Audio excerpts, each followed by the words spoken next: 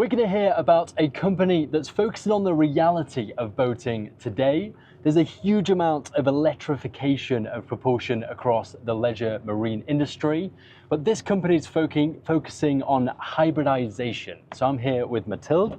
Nice to see you. Nice to see you, Ben. So give us a little overview, really. I mean, you talk about 3 points that are major hurdles and major, really important things to address to have a good solution for the market today. What are those? We're convinced that the market is not quite ready for full electric today because of 3 major breaks. The 3 major breaks being the limitation of batteries. They have progressed. That it's much better than it used to be. There's still a long way before we reach what we're actually expecting in terms of autonomy. And it also creates a huge anxiety for users to not know their range, basically. And that's to do with the battery's total capacity of energy. So you've got a fully charged battery on board. Fully charged. How far will that actually get the boat? And does that fit your needs of when you're out boating? Is that enough electricity? In some cases, it's not. In some cases, it's not. That's what you're saying now. It depends. All the boats are different, as you know, and so depending on the size of the boats and the way of the boat and where you navigate, your need for batteries will ultimately be different. Yeah. Depends also what your activity is or what your need is, and so it's really complicated to today meet the needs of users in terms of autonomy with adding batteries and adding batteries and adding batteries. Also, they're very costly. So when we talk about switching to electric mobility on the water, you have to take into consideration that there are 2 costs that come into the play, the motors, obviously, and also the batteries. And the batteries account for half of the price. And so if you wanted to overload your boat with batteries, it would first cost you a fortune. Yeah. Second, would not meet your needs in terms of autonomy for a recreational day of boating. And so we're going against it. Yeah, and it doesn't ultimately actually achieve what the boater wants, which is this kind of freedom in their leisure time to go about doing what they're doing. Yes. And so with the hybridization element, you can then combine that battery capacity with combustion fuel. Yes. And so what does that unlock? Why is that so powerful? You get the best of both worlds. It takes out the anxiety of the range. Yeah. You get the best of the electric, being the silence. I think what we all look for is the communion with nature and wanting to have the best of the boating experience. There's no need for you to go fast when we talk about recreational boating, but in today's world, you still need combustion engine. Yes, we do want to transition. Yes, we do want boats to be cleaner. Yes, we do want to be more effective or more efficient. But the reality of today is we still need combustion. Yeah. And the batteries are not ready to take us where we want to go or where we want to be. And so by combining those 2, then you get what's ready for today, a concrete response to a little bit of combustion, which you still need to go fast from point A to point B, and then the rest of your experience can be with the electric. Yeah, because the reality of boating is, okay, even if you do go fast, it's probably for a short amount of time. Yes. And then the majority of your day boating out on the water is actually at very low speeds. And so it's actually within the capacity of battery technology that's available on the market today and that's affordable. Yes, that's a really big point in the 3 breaks, the 3 hustles that you mentioned about electrification of boats. We strongly believe that there needs to be a mindset shift. Accepting to go slower with electric propulsion will mean go further and enhance your overall experience and have a better experience overall. Yeah, so this was a really important point that you raised, which is about the human element. Yes. People are, in general, boaters, don't have a really good, solid technical understanding of how an electric motor would work better at certain speeds, how you can maximize the range and all that kind of thing. So what are you doing at BlueNav that facilitates that? I think the first thing that we do is being very aware of the limits, again, of battery capacity, and we never try to meet the performances of combustion engines. That's not the point. The point is to accept that the tech in the market is what it is, and that you have to do with it, and that you have to take the best out of it.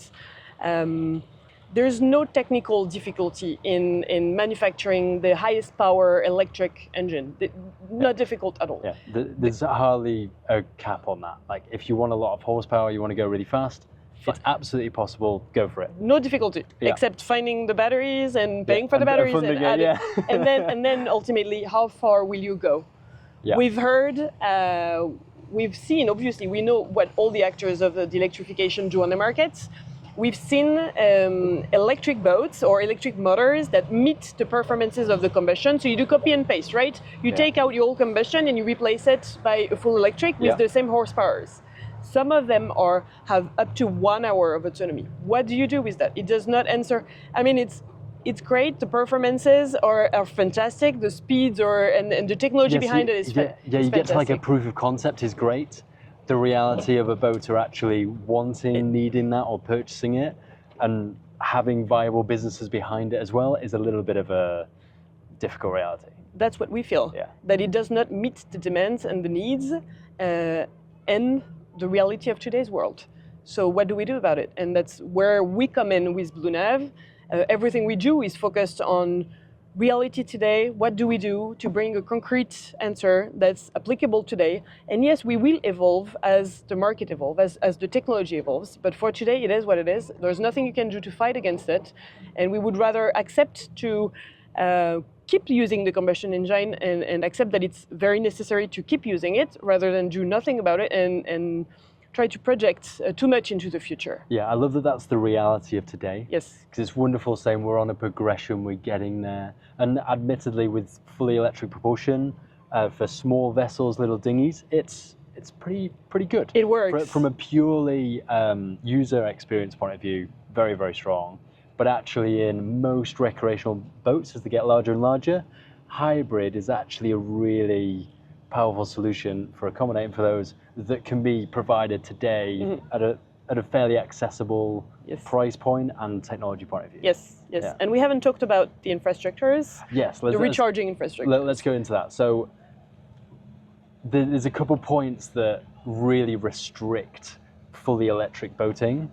Let's talk about the infrastructure side. We've seen the progression of it, let's say, in automotive. Yes. There's a few issues there. Yes. And relatively, that's an easier market, let's say. It's much bigger. There's infrastructure there that's closer to a full solution. Bigger adoption, bigger needs. Yeah. So what's the difficulties in the boating side that actually leans into hybrid as being quite an attractive solution? I think the lucky people have a space in the marina to dock their boats. The lucky people, and it's not most of them, but it doesn't mean they have their own charging point, and so we're getting there. We see more and more, regulations and marina incentives to electrify the harbor, but to date, very few people have access to electricity. So how can you even consider bringing to market a full electric solution when you don't have the infrastructure to recharge it? So the reality of the boater is actually a whole load of challenges, a whole load of problems. It's restricting which marina it could be berthed at. It can't be berthed on a mooring. No. Just outside the marina. Yes.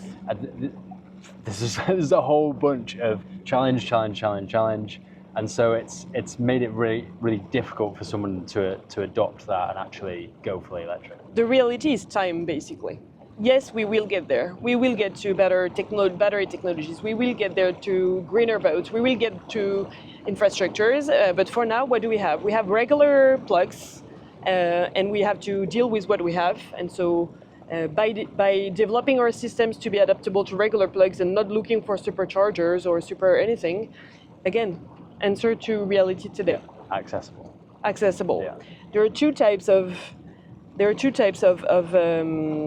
electric motors. There are the ones that have the batteries included in their system, like ours, that need recharging infrastructures. and those can only count on actual plugs and the very few actual plugs that you can find in marinas. And they are, like you said, the electric engines that have the batteries included in that you can separate from their system, right? Like the smaller ones, which make complete sense. Yeah, you can charge elsewhere. You can charge elsewhere. Yeah. So the smaller boats or the dinghies or the sailboats that are a little bit smaller, it makes complete sense for them to go to full electric because they can remove the battery, take it wherever they feel like it, and recharge it. Yeah, but that's convenience combined with a good experience. Yes. Some of the other solutions less so. There's a couple more challenges. Mm-hmm. All right. Exactly. Perfect. Thank you very much for your insights, Matilde. Thank you, Ben. Thank you. Everybody, if you enjoy content like this, then make sure you're following here to see plenty more of it. Outside of that, I'll see you very soon. Bye for now.